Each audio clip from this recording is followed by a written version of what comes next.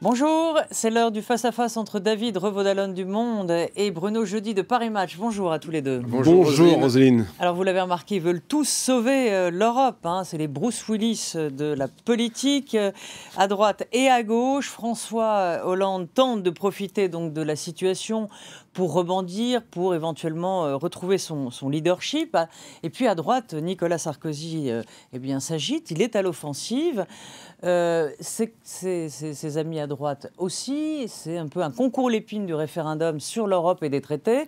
Bref, on commence par François Hollande. Est-ce qu'il va profiter de la situation? Est-ce qu'il va pouvoir tordre le bras à Merkel, qui est un peu, on va dire, un peu lente à la détente? En tout cas, c'est ce qu'espèrent François Hollande et ses amis, qui nous vend un magnifique storytelling depuis vendredi matin, depuis le résultat du Brexit. C'est celui d'un président à l'initiative. Alors, il y a eu réunion extraordinaire de ministres, conseil des ministres extraordinaire l'après-midi, puis depuis, consultation en série, déplacement à Berlin jusqu'au conseil européen de Bruxelles hier et aujourd'hui.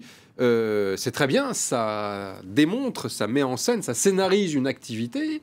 Seul problème, c'est que, parler de concours Lépine, on l'attend toujours, le concours Lépine. Ça fait déjà plusieurs années, 4 ans, ça fait depuis 2012 qu'on nous vend une réorientation de l'Europe qui aurait été impulsée par le président. En réalité, il n'en est rien, puisque beaucoup de gens à gauche lui reprochent d'abord la non-renégociation du traité budgétaire qu'il avait promis pendant la campagne et qui n'est jamais arrivé.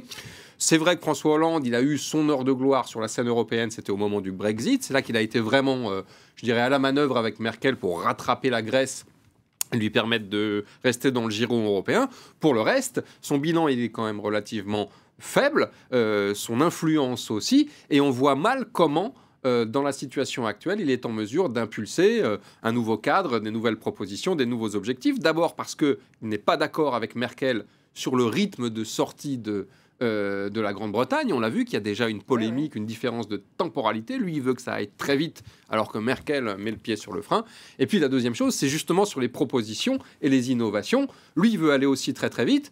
Et les Allemands, eux, ne sont absolument pas pressés. Pourquoi ? Parce qu'ils savent très bien que s'il y a recalage, réorientation, une fois de plus, c'est Berlin qui risque de payer pour les autres. Et Bruno, et effectivement, Berlin n'a pas envie de voir partir, dans le fond, ses alliés britanniques, qui, avec le Danemark, sont les libéraux de l'Europe. Et de se retrouver dans un tête-à-tête avec la France, qui n'est pas tout à fait... Est-ce qu'il pourrait y avoir une inversion, là, peut-être, le changement de curseur, d'équilibre entre l'Europe du Sud et l'Europe du Nord? Non, c'est compliqué de toute façon, parce qu'il y a quand même pour l'instant un vote souverain des Anglais, et même si certains se demandent s'il y aura vraiment Brexit, le fait est que les Anglais ont voté, que David Cameron lui-même a dit devant les communes lundi qu'il n'était pas possible de revenir sur ce vote. Ce qui est assez extraordinaire dans la situation où on est aujourd'hui, au-delà des différences de temporalité, effectivement Merkel pas pressée de voir les Anglais partir, et on va dire Hollande et les Européens du Sud plutôt pressés de voir les Anglais partir, parce qu'il y a aussi la crainte que les opinions déjà très travaillées par les partis populistes et les partis souverainistes se disent au fond les Anglais sont partis, ça se passe pas si mal que ça pour eux, vous voyez bien que tout ce qu'on nous a raconté, la fin du monde, elle n'est pas là, donc ça peut donner du carburant effectivement au Marine Le Pen et ses amis européens. Non, mais je pense qu'au-delà de ça, ce qui est surtout pathétique, au-delà de ce qu'a décrit David, et je partage en partie son point de vue, c'est l'absence totale d'anticipation quand même. Ce Brexit n'est pas vrai. Enfin, je veux dire, il y avait quand même une chance sur 2 que ça arrive. Alors, au-delà de cette campagne qui a été incroyable, on voyait bien qu'il y avait quand même une chance sur 2 que le Brexit arrive. Et là, on a le sentiment que les Anglais sont pas du tout préparés. Et là, c'est vraiment le camp du Brexit qui est catastrophique. Enfin, Boris Johnson, il est en dessous de tout. Et David Cameron, hier, les images quittant la scène européenne étaient assez tristes, il faut le dire. Mais les Européens en face, Merkel, Hollande, j'ai envie de les mettre tous dans le même sac.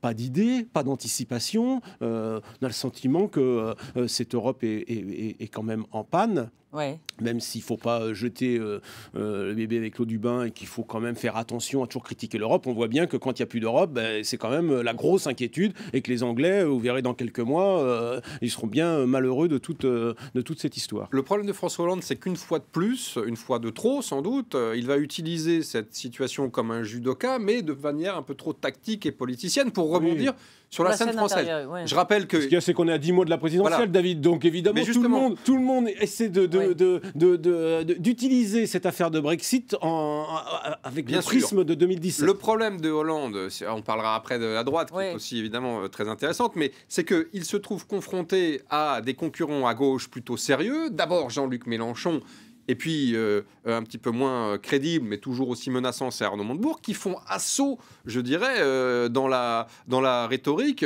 du souverainisme. On a des discours anti-européens qui sont très étonnants, enfin, qui sont tenus depuis un certain temps, mais qui là, franchement, David, c'est pas étonnant. Il y a quand même, la gauche est fracturée depuis 2005, et l'affaire du référendum du traité constitutionnel, et alors, précisément, où Hollande avait d'ailleurs été en grande difficulté. À l'époque, c'était avec Laurent Fabius, qui était le champion du non à gauche. Mais précisément. Donc, de toute façon, pour Hollande, ça a toujours été un cauchemar, l'Europe. Lui, l'Européen, au fond, ne s'est pas remis de sa défaite en interne à gauche. Et objectivement, pour quelqu'un qui se veut européen, fils spirituel de Jacques Delors, il n'a aucune idée. C'est vrai, mais ce qu'il espère, c'est l'Européen de la tchatch. Ce qu'il espère pour 2017, c'est que par rapport à ses concurrents de gauche que sont Montebourg, Mélenchon et éventuellement les autres, c'est que cette affaire de Brexit marque finalement une forme de rupture entre cette gauche de responsabilité et qu'il incarnerait ou qu'il espère incarner pour 2017, une gauche qui assume le pouvoir, et puis d'autres qui refusent absolument de gouverner et qui sont dans l'incantation. David, le problème de François Hollande, c'est qu'il est trop faible politiquement aujourd'hui pour espérer incarner le moindre leadership sur la scène européenne. Mais qu'elle lui fait pas confiance parce qu'elle lit les sondages en France et elle sait qu'il a une chance sur 1 million de gagner la présidentielle l'année prochaine, donc elle l'a déjà zappé. Que Matteo Renzi et François Hollande ne s'entendent pas, c'est une notoriété publique que Renzi, à la limite, préférerait... Renzi est suffisamment tacticien pour faire alliance avec l'Allemagne, bien sûr. Et que les Européens du Nord, ça compte pas pour eux, François Hollande. Donc, Alors, on dit quand même un mot de la droite avec Nicolas Sarkozy, effectivement, qui reprend donc l'offensive. On sait qu'il est jamais meilleur que dans ces crises où, dans le fond, il se bouge. Aujourd'hui, il est à Londres. Est-ce que ça peut le faire remonter dans les sondages, son espèce d'activisme, son agitation, il sait, qui peut être proactif parfois. Il sait profiter des circonstances. On l'a vu avec la loi El Khomri, où il a bien manœuvré et mis Alain Juppé un peu en difficulté. D'ailleurs, on voit bien que dans les sondages, ça bouge un peu. Alors, restons calmes. C'est des sondages de popularité avec des sous-échantillons. Il faudra voir sur les intentions de vote. Il faudra voir sur les intentions de vote primaires si ça se cristallise vraiment. Sans doute que les prochains sondages le montreront. On verra. Mais c'est vrai que Nicolas Sarkozy essaie, comme il l'a fait avec la loi El Khomri, de profiter de cette affaire de Brexit. Alors, à mon avis, avec quand même quelques doubles saltos arrière, parfois un peu limite, notamment sur le référendum. On voit bien qu'il y a 3 semaines, il était contre, que là, il l'écarte plus. Oui. Il va essayer comme ça d'avancer en patinant, il sait faire. C'est risqué, mais en même temps, il voit bien qu'il faut avoir aussi un discours un peu transgressif sur l'Europe pour que la droite populaire reste arrimée à Nicolas Sarkozy, alors qu'Alain Juppé, lui, est sur un discours extrêmement classique. On va dire vraiment l'européen classique, peut-être un peu trop normal et un peu trop techno. Faut voir. Mais il y a une belle partie là de manivelle entre les deux. Vous parliez de salto, effectivement, Bruno, de figure acrobatique. C'est vrai qu'on a l'impression que là, tous les candidats à la primaire, pour reprendre cette métaphore, la primaire droite, se sont un trampoline. On les voit sauter dans tous les sens. Et d'ailleurs, je vais citer le père spirituel de la droite française, le général de Gaulle, qui disait, vous savez, tout le monde parle d'Europe en sautant comme des cabris. Et bien là, on est au sommet de la montagne et on les voit tous faire des virevoltes, des volte-face. Vous citiez Sarkozy, mais il y a aussi le cas de Fillon qui, dans le sens inverse... Mais le maire, Bruno Le Maire. délit. Qui saute le plus haut. Bruno Il Le veut Maire. le référendum. Voilà, Bruno Le Maire. Sur les traités. Oui, bon, c'est un peu. Il fait du David Cameron quand même. Hein. De la même manière que sur ce qu'on s'est dit sur François Hollande, se vérifie à droite, c'est-à-dire qu'on a une utilisation absolument tactique et politicienne à des fins de primaire, de présidentielle, et que une fois de plus, sur le fond, sur les propositions, je crois que c'est totalement contre-productif parce que l'opinion va, encore une fois, va s'éloigner davantage de la question européenne, de son évolution, et constater que finalement, à droite comme à gauche, eh bien, on essaie d'utiliser ça comme une force motrice pour se propulser vers la présidentielle. Mais David, n'oubliez pas que à travers ce dossier européen, la droite se positionne aussi en fonction de Marine Le Pen, qui elle a pris une position radicale, qui est la sortie de l'euro, la sortie des traités. Marine Le Pen, je ne sais pas si elle va baisser ou si elle va continuer à monter dans les sondages. C'est vrai que l'affaire anglaise, pour elle, peut être aussi assez périlleuse. Mais on voit bien que les candidats à la primaire se positionnent aussi par rapport à Marine Le Pen, trouver une sorte de milieu par rapport à sa position radicale, mais une position trop européenne.